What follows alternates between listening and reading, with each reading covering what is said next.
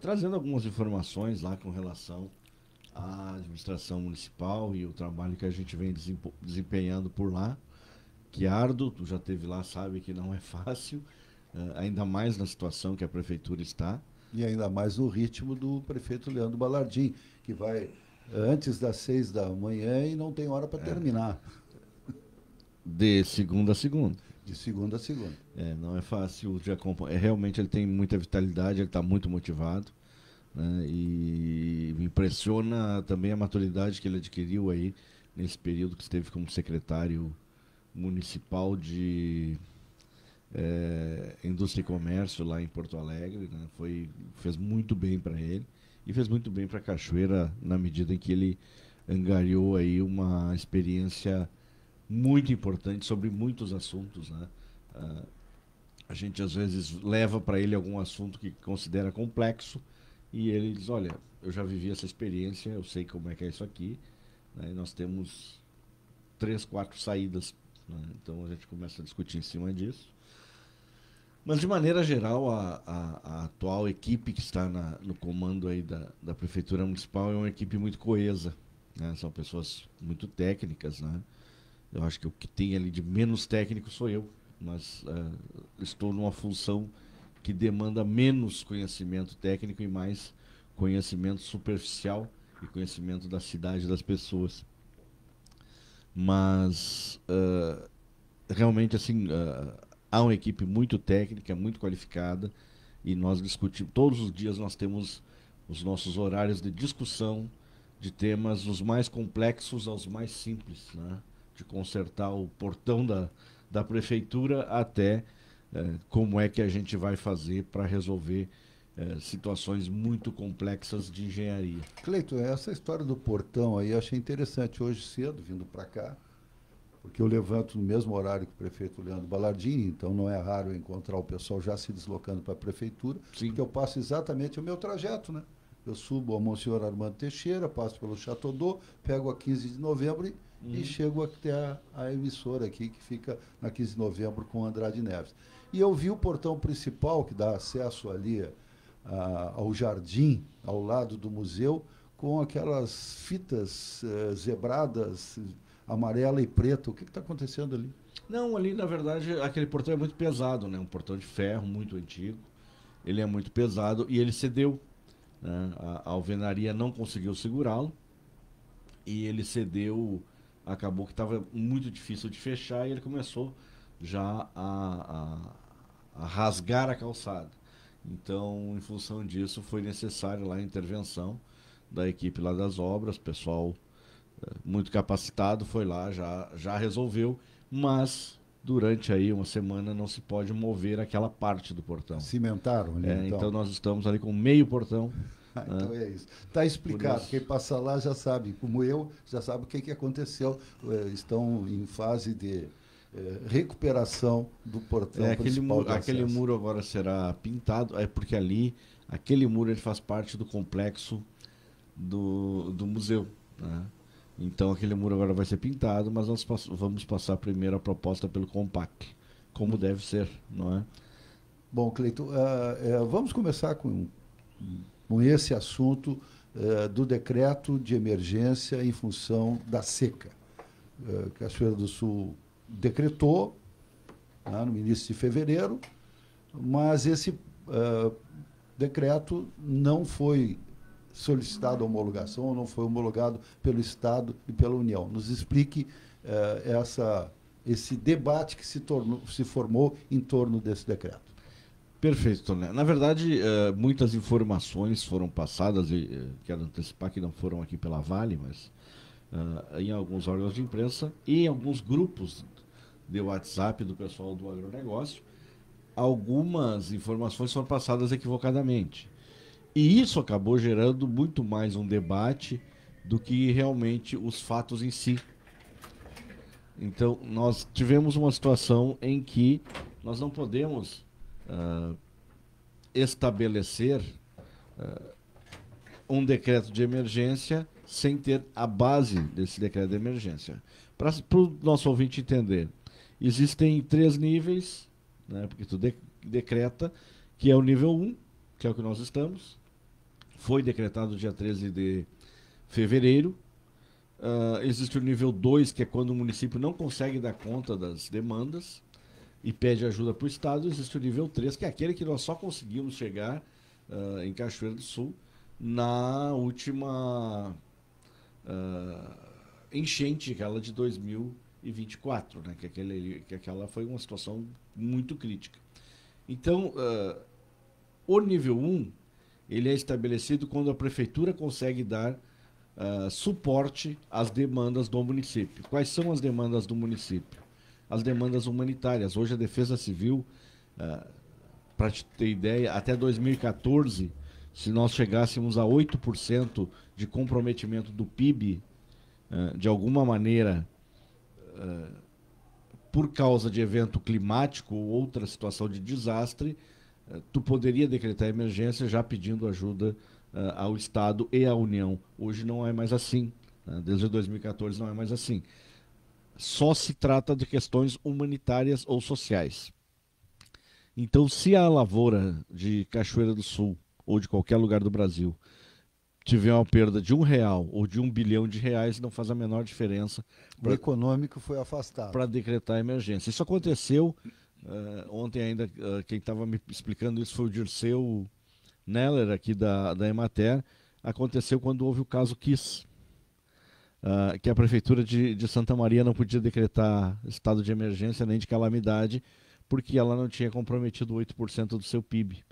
Então se concluiu, olha, esta lei não serve para algumas coisas, então vamos priorizar a calamidade a partir de desastres que se justifiquem. E então a lei foi alterada já há 11 anos. Claro, a gente tem, se for buscar algumas notícias que saíram essa semana, a gente tem produtores que desconhecem isso, lideranças, né, do setor produtivo que desconhecem isso e vereadores que desconhecem isso, né? Mas nós temos, então, houve essa mudança na lei e então a perda de R$1 ou R$1 bilhão na lavoura, ela não justifica diretamente a decretação de emergência. O que justifica a decretação de emergência é se as pessoas estão sendo atendidas com água, com cesta básica, se houve deslocamento, se alguém teve que deixar sua casa por causa da estiagem ou por causa de uma enchente, eventualmente, se houve morte de animais, né? Se a prefeitura não conseguiu atender essas demandas, se houve morte de pessoas ou se houve, por exemplo, o desenvolvimento de doenças em função do desastre. Por exemplo, o vazamento de um determinado produto químico que tenha causado doenças ou problemas mais sérios, ou contaminação tanto de lençol freático quanto de seres humanos ou animais. Então, nada disso aconteceu em Cachoeira. O que nós temos em Cachoeira hoje são 90 famílias, eram 89 até a semana passada, passaram a ser 90 essa semana, famílias recebendo água de caminhão-pipa. Elas recebem água para consumo, água em condições de consumo humano, né? Então, e nós temos famílias que recebem cestas básicas. Agora veja, e o nosso caminhão-pipa da prefeitura, ele dá suporte para essas 90 famílias, e se nós tivermos agregadas mais 30 famílias, ele pode dar suporte. Já deu suporte, inclusive, para número maior. E cestas básicas, nós temos o CRAS Volante, que atende o interior, inclusive fez uma busca ativa, e nós tivemos sobra de cestas básicas nos últimos meses. Desde novembro, nós temos sobra de cesta básica no interior, que são encaminhadas, então, a sobra para os CRAS da cidade. Então, tem falta na cidade, mas sobra no interior?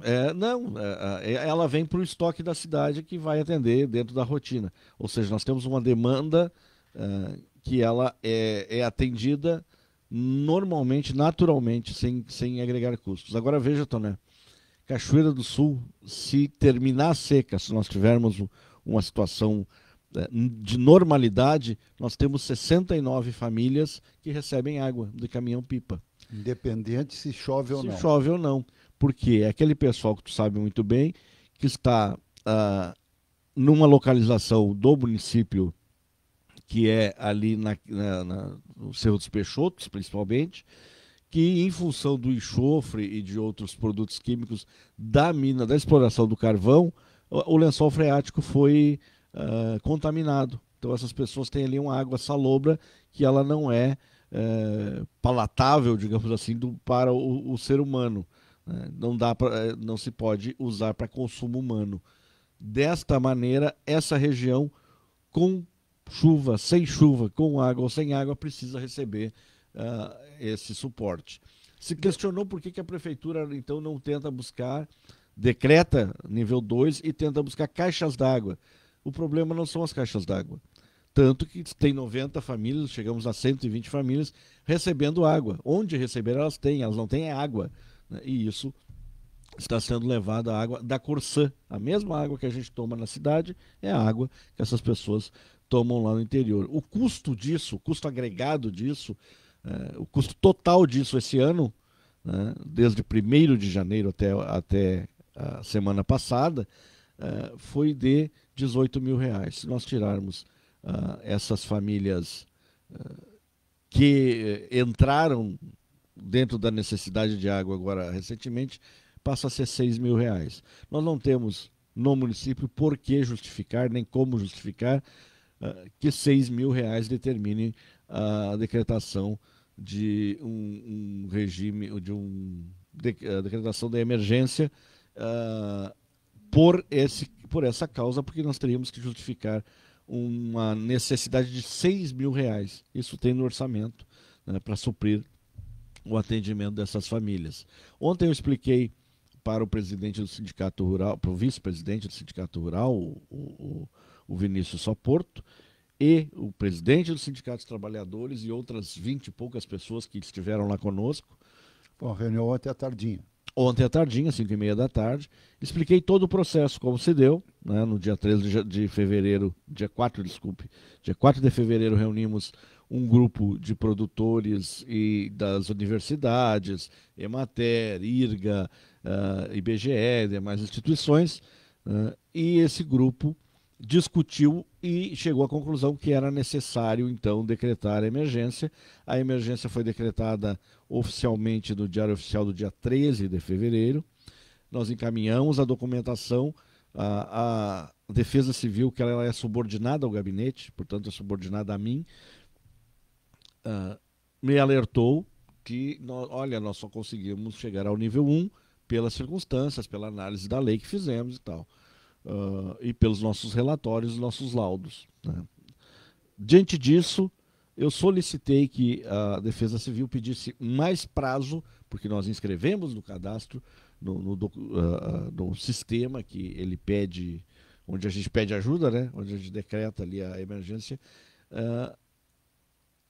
pedir mais prazo para que esse interregno de tempo, de 10 dias, nos desse a possibilidade de emitir novos laudos. Então nós solicitamos novos laudos ao IRGA, Emater, a Universidade Federal de Santa Maria, no caso das temperaturas extremas que nós viemos enfrentando. Também solicitamos laudos para a Secretaria de Desenvolvimento Rural e de Desenvolvimento Social e da Fazenda. Pedi também que a Fazenda me passasse um relatório dizendo qual seria o impacto daquele laudo da Emater que informava que nós teríamos uma perda de 150 milhões. Bem, o retorno é que naquela semana houve uma chuva de 3 dias e as informações vieram muito similares às que nós tínhamos, inclusive reduziu o número de famílias atendidas com água. Dentro desse contexto, nós encaminhamos, mas sabíamos que permaneceríamos em nível 1. Diante disso, agora... Bom, aí foi levantada uma polêmica dizendo que Cachoeira não queria dinheiro, né? Que não é verdade. Nós não queremos dinheiro que não nos pertença. Nós não vamos dar um golpe no Estado. Inclusive, teve gente que teve a capacidade de nos procurar lá na prefeitura para sugerir que a gente desse um jeitinho nos laudos. Meu amigo, esse tempo mudou, né? Acabou isso aí. Se houve, né? Então, naquele momento se criou uma polêmica na cidade, provocada por políticos e pessoas aí que não vem ao caso, mas que argumentavam falsamente que a despesa ou o custo da quebra de algumas lavouras, ele estabeleceria que nós já poderíamos pedir ajuda ao Estado. Bom, então aí nós retornamos com essa argumentação o início da tua fala, Cleito, que foi dizendo que o econômico não é mais fator de decretação de estado de emergência. Exatamente. Então, as pessoas provavelmente mal informadas, então, inclusive dizendo, olha, poderia pegar 750 mil reais, né, que é outra falácia, né, o máximo é 350 para as grandes cidades, e comprar de água mineral. Aí eu te pergunto, mas nós vamos fazer o que com a água mineral? Se nós estamos hoje atendendo todo mundo com água da Corsã, que inclusive ontem o comandante da Defesa Civil, o tenente-coronel Rafael, dizia, não, e a água da Corsã é melhor que a água mineral. Então, dependendo da água mineral que tu comprar. Então,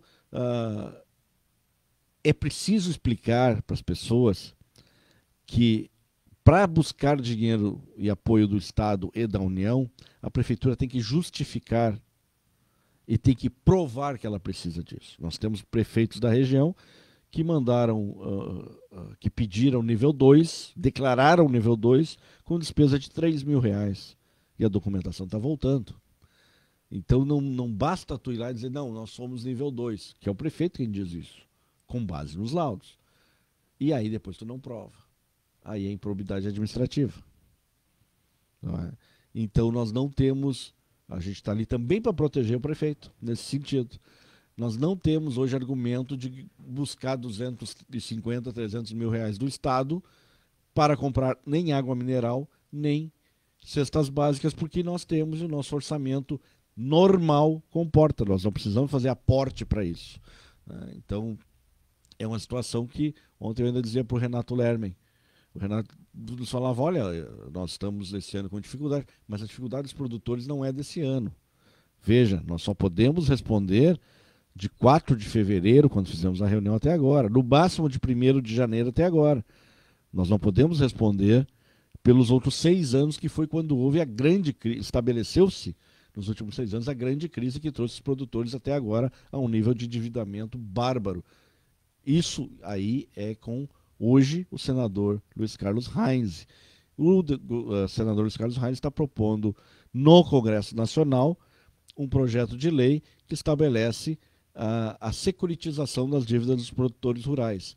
Para essas, Cachoeira do Sul tem argumento suficiente para ingressar. Os produtores de Cachoeira não estão prejudicados. Só para encerrar, eles o artigo 1 da proposta do projeto de lei do deputado Reins, o artigo 1º, ele diz o seguinte, que os produtores devem ter acesso ao pedido de securitização de suas dívidas, produtores, cooperativas e agroindústrias. Em qualquer momento, desde que o município tenha decretado emergência ou calamidade desde 2021.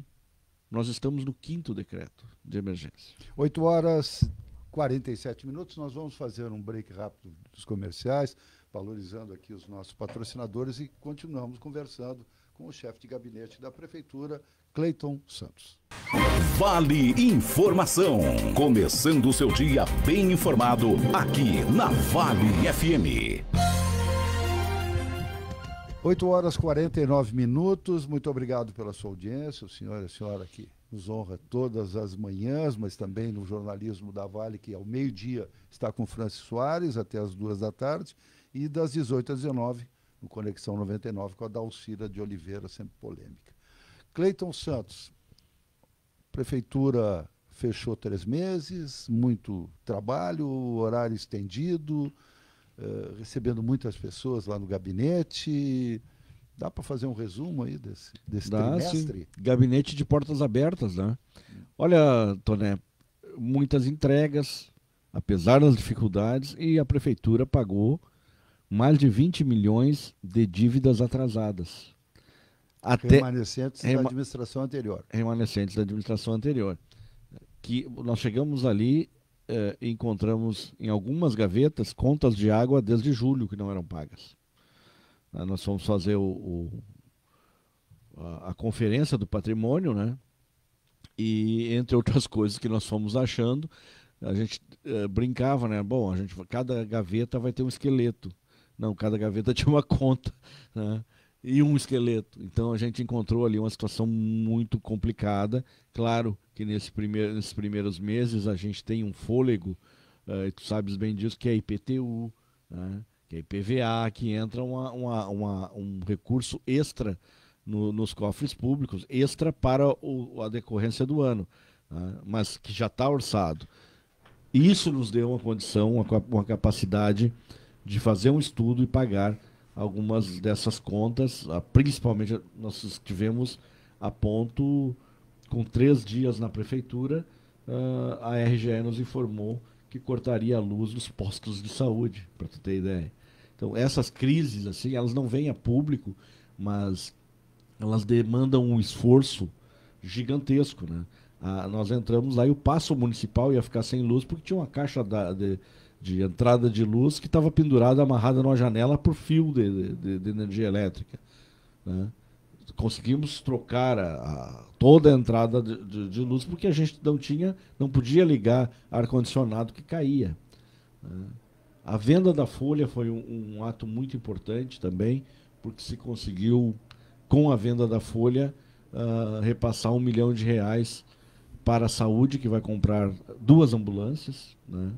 E nós conseguimos repassar aí R$1 milhão para a Secretaria da Educação, extras, né, fora do seu orçamento, para PPCI e a reforma elétrica das escolas. Não vai dar para fazer todas, não, mas como hoje não tem nenhuma, agora nós vamos ter PPCI, eu acredito que em praticamente todas. Lembrando aí, Cleiton, eu vou... PPCI é prevenção de incêndio. Já que tu tocou nesse assunto, eu vou aproveitar a pergunta do nosso ouvinte Gastão Aertes. Como é que está a interatividade com os vereadores e as emendas impositivas, já que tu está falando em as dinheiro? Emendas impositivas, as únicas que serão pagas são as referentes a 2024, porque até 2023 elas venceram, não houve pagamento. Daqui para frente, esquece, porque elas já não entram mais em orçamento. Tem uma estimativa de valor, Cleiton? Quanto é que não tem, de cabeça eu não tenho, Aham. teria que verificar com a secretária da Fazenda. Mas já tem algumas emendas que estão sendo pagas gradativamente. Nós tivemos uma situação também, Toné, que eu gostaria de enfatizar, que várias ruas em Cachoeira foram calçadas nos últimos anos, mas não houve fiscalização. Então, várias destas ruas, primeiro, não havia pagamento, né, de parte desse trabalho. Estavam devendo para a empreiteira. Para a empreiteira, e várias dessas obras sem fiscalização tinham defeitos, já estavam dando defeitos. Uma rua que tu calçou há 6 meses, ela não tinha, por exemplo, as bocas de lobo, ela não tinha a saída da água, ela não tinha a drenagem completa, a própria máquina passou por cima da área de drenagem, quebrou, e mesmo assim foram consideradas entregues. A prefeitura, então, antes de pagar qualquer coisa, voltou. E com isso as empreiteiras estão tendo que refazer trechos, né, porque agora tem fiscal. São poucos. É o que está acontecendo aqui na Moron? É o que está acontecendo. Junto ao Rio? É o que está acontecendo em várias ruas. Tem muitas ruas aí que depositaram um pouco das pedras e depois nunca mais ninguém apareceu. E agora não. Agora se está... E a prefeitura só paga o que a fiscalização disser. Não, a rua está ok. Então, né, isso está travando, por exemplo, o começo de outras obras. Mas a prefeitura só vai liberar nova obra quando estiver 100% entregue a outra obra passada. Então essa é uma das regras e as empreiteiras chiaram, mas aceitaram, porque é o que prevê o contrato. Outra coisa que a Prefeitura Municipal vai entregar, agora nós conseguimos resgatar através lá do pessoal da governança, da Paola, conseguimos resgatar aí recursos para manter o Minha Casa Minha Vida, porque estava perdido, não é?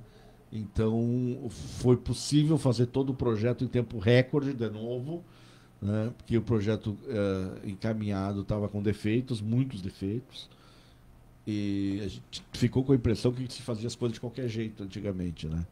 E agora a gente tem alguns especialistas ali e a parte da equipe técnica é a mesma. Só mudou o comando, né? Mas o comando tem domínio dos processos.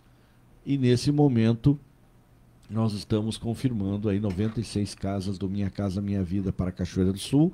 Além disso, nós temos recursos que foram buscados também pela Secretaria de Governança para a construção, foi anunciado ontem, de 88 casas para as famílias que perderam as suas residências ou estão em área de risco em função das enchentes de 2024. São residências até R$200 mil que poderão ser adquiridas pelos proprietários com recursos do governo federal. É um programa que Cachoeira do Sul não estava habilitada, não havia procurado, e isso são 88 casas que vêm para Cachoeira do Sul, uma conquista muito grande aí do governo pelo trabalho não apenas da secretária Paola, mas da equipe dela. Ela tem uma equipe enxuta, mas que trabalha muito e pessoas muito capazes. Então, fora isso, nós temos outras 40 casas populares que serão entregues até meados do ano que vem. Então, Cachoeira aí tem 220 casas novas, né, ou apartamentos que serão entregues à população carente. Nós também tivemos o resgate das pontes que estavam perdidas, né, e então nós devemos ter aí, além da ponte do Iruí, nos próximos dias, o anúncio de mais 3 a 4 pontes de divisa de alvenaria que serão construídas. Algumas eram de tábua, né, de madeira, e agora nós teremos de alvenaria. Então, e eu acho que a grande conquista que nós temos é o Te Acolhe, lá na APAI, que será inaugurado amanhã, que os nossos autistas não precisarão mais ir para Caçapava do Sul para serem atendidos, né, o que é uma tortura para um autista, né, e para os seus familiares. Agora passarão a ser atendidos na APAI gradativamente. Se espera na primeira etapa agora que sejam 30, né, assistidos, e depois disso, paulatinamente, mais alguns vão entrando, e nós devemos, num prazo aí de no máximo 120 dias, talvez 90, estar com todos eles atendidos em Cachoeira do Sul, não mais em Caçapava. Para mim, a grande vitória do governo. Muito bem, esse é o resumo do resumo, não temos mais tempo, o programa se encaminha para o final. Em outras oportunidades, queremos contar aqui com o Cleiton Santos para a gente conversar, para bater papo, balanço, síntese das sínteses dos primeiros 3 meses da atual administração. Sempre que me chamar, eu estarei aqui. Tá ok. Muito obrigado, Cleiton.